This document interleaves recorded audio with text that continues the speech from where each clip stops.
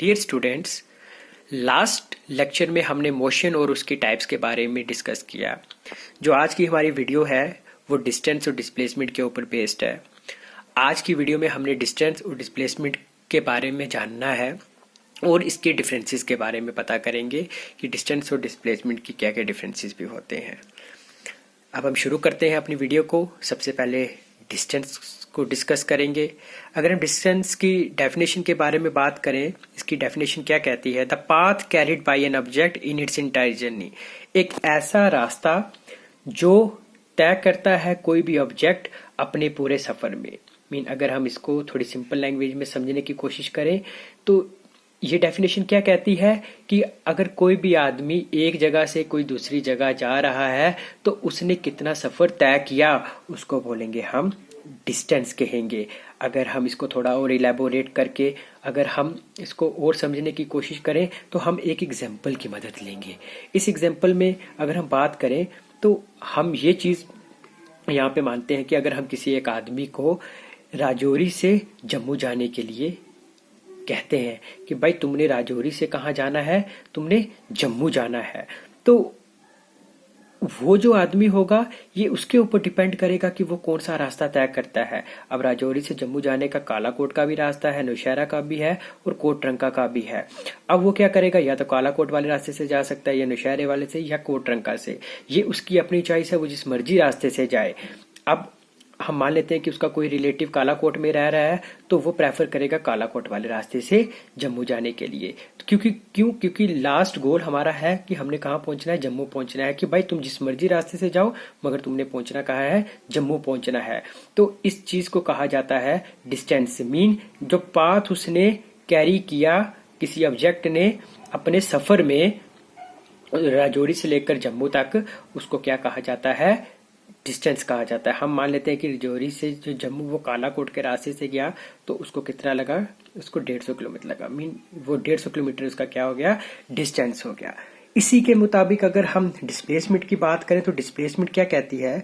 The shortest path carried by an object in a straight line.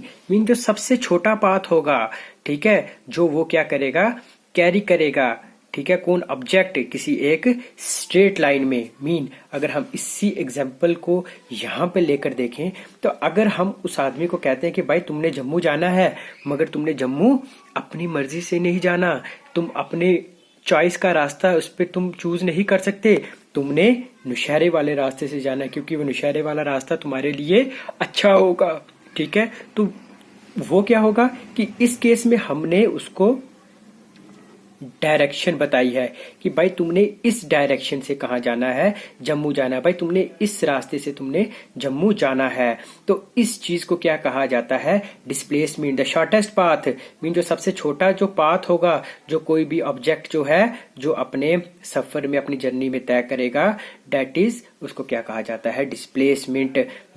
ये वाला अगर रास्ता करे तो ये हमारा थोड़ा खराब रास्ता है कालाकोट वाला, ये थोड़ा लंबा रास्ता है और ये अच्छा रास्ता है नौशहरे वाला। इसलिए जब हमने उसको कहा कि तुमने इसी रास्ते से जाना है तो दैट इज उसका मतलब हो गया कि ये क्या है, डिस्प्लेसमेंट है, क्योंकि इसमें क्या है, हमने इसको बताई है डायरेक्शन के बारे में हमने इसको बताया है। अगर हम इसके और फैक्ट को जानने की कोशिश करें डिस्टेंस के, तो डिस्टेंस क्या होता है, स्केलर क्वांटिटीज। इसको स्केलर क्वांटिटीज क्यों कहा जाता है? क्योंकि हमारे पास दो चीजें होती हैं, एक होता है मैग्नीट्यूड और दूसरी होती है डायरेक्शन।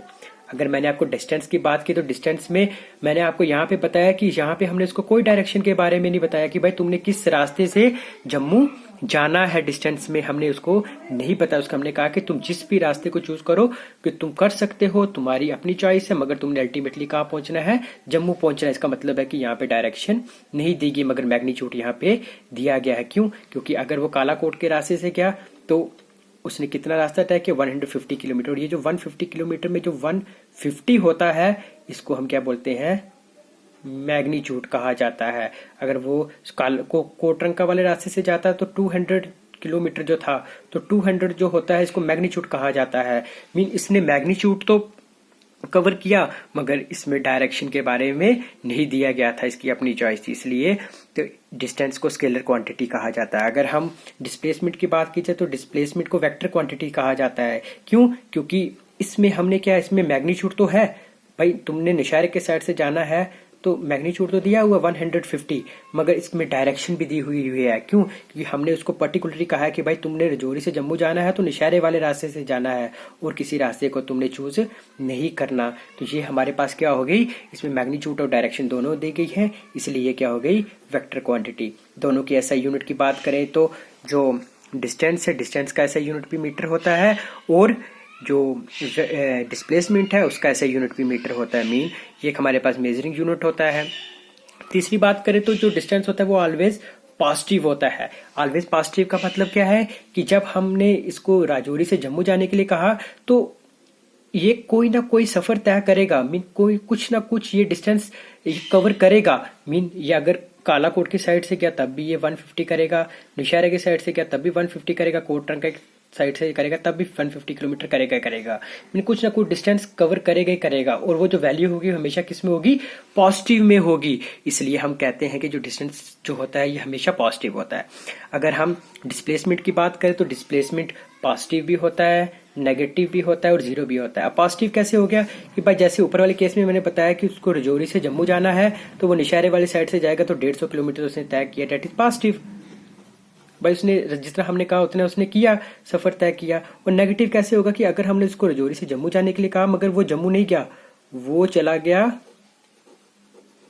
पुंछ, तो जिस डायरेक्शन में हमने उसको जाने के लिए कहा वो उसकी अपोजिट डायरेक्शन में चला गया। मीन अब क्या हो गया, उसकी डिस्प्लेसमेंट नेगेटिव हो गई। मीन वो उल्टी डायरेक्शन में चला गया, इसको बोलते हैं ये नेगेटिव होगी इसकी डिस्प्लेसमेंट। अब जीरो कैसे होगी, मीन अगर मैंने उसको जम्मू जाने के लिए कहा तो वो जम्मू चला गया, डेट इज पॉजिटिव, मगर जम्मू से वो वापस रजौरी की तरफ आ रहा है, डेट इज वो नेगेटिव हो गया। मैंने उसको रजौरी आने के लिए नहीं कहा था। अब जब वो वापस रजौरी पहुंच गया, जिस पोजीशन से उसने जम्मू गया था, जिस जगह से वो वापस उसी जगह पे जब वो आ जाएगा तो वहां पे हमारे पास क्या हो जाएगा, जीरो। मीन पॉजिटिव और नेगेटिव क्या हो जाएगा, दोनों माइनस, और जो हमारे पास एंड प्रोडक्ट निकलेगा वो क्या है, जीरो। मीन जो ओरिजिन पॉइंट पे जब वो वापस आ जाएगा उसको कहेंगे वो क्या हो जाएगा, जीरो हो जाएगी डिस्प्लेसमेंट यहाँ पे। थर्ड हमारे पास, तो अब उसके बाद क्या कहा गया कि जो हमारे पास वैल्यू होती है ऑलवेज ग्रेटर और इक्वल टू डिस्प्लेसमेंट। मीन ये या तो हमारे पास जो डिस्टेंस होता है वो या तो ग्रेटर देन होगा किससे, डिस्प्लेसमेंट से, या उसके इक्वल होगा। मीन यहाँ पे तुमने देखो ग्रेटर देन कैसे है कि अगर वो कोटरंका वाले साइड से चला जाता, अगर वो डिस्टेंस के केस में देखे, अगर वो कोटरंका वाली साइड से अगर वो आदमी चला जाता तो यहां से वो 200 किलोमीटर तय करता। मगर अगर यहाँ पे देखे तो यहाँ पे जब हमने उसको कहा था डिस्प्लेसमेंट की, जब यहां से वो जाएगा तो यहां से उसने कितना तय करना था, 150। मीन यहाँ पे डिस्टेंस क्या था, डिस्टेंस के केस में उसका जो हमारे पास डिस्टेंस था वो ज्यादा था और यहाँ पे क्या था, कम था। तो इसके केस में हमारे पास क्या हो गया कि ऑलवेज ग्रेटर है यहाँ पे, या उसके इक्वल टू भी हो सकता है। इक्वल टू क्या है कि अगर वो कालाकोट के साइड से जा रहा है तो उसने 150 किलोमीटर ही तय करना था, और जब हमने उसको निशारे वाली तरफ से भेजा तब भी उसने कितना तय किया, 150 ही तय किया। अगर हम डिस्प्लेसमेंट की बात करते हैं तो ये हमेशा लेस देन होता है डिस्टेंस से, क्योंकि अब आपने डिस्टेंस के केस में देखा होगा कोटरंका का डिस्टेंस भी हमारे पास ज्यादा 200 किलोमीटर, और कालाकोट से जाएंगे वो भी थोड़ा ज्यादा ही है। तो क्योंकि हमारे पास डिस्प्लेसमेंट हमेशा कहती है कि शॉर्टेस्ट डिस्टेंस जो हमने क्या करना है कि ट्रेवल करना है, तो जब शॉर्टेस्ट करेंगे तो उसका मतलब क्या होगा कि बाकी जितने हमारे पास जो रास्ते होंगे तो उनका डिस्टेंस क्या होगा, ज्यादा होगा। इसी वजह से यह कहा गया है कि जो हमारे पास डिस्प्लेसमेंट होती है वो हमेशा लेस देन होती है किससे, डिस्प्लेसमेंट से।